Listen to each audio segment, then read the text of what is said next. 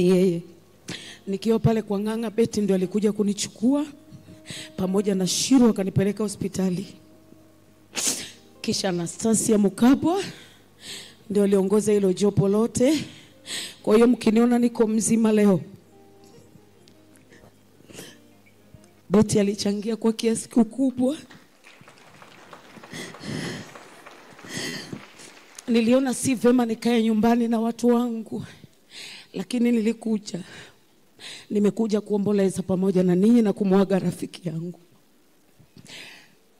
Na waimbaji wengine kutoka nyumbani wanawasalimia na wamewapa pole sana.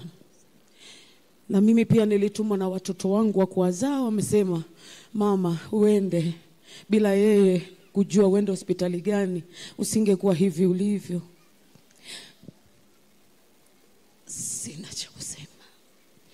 Maumivu yangu wayajua Yesu, kilio changu kikufikia Yesu, karibu.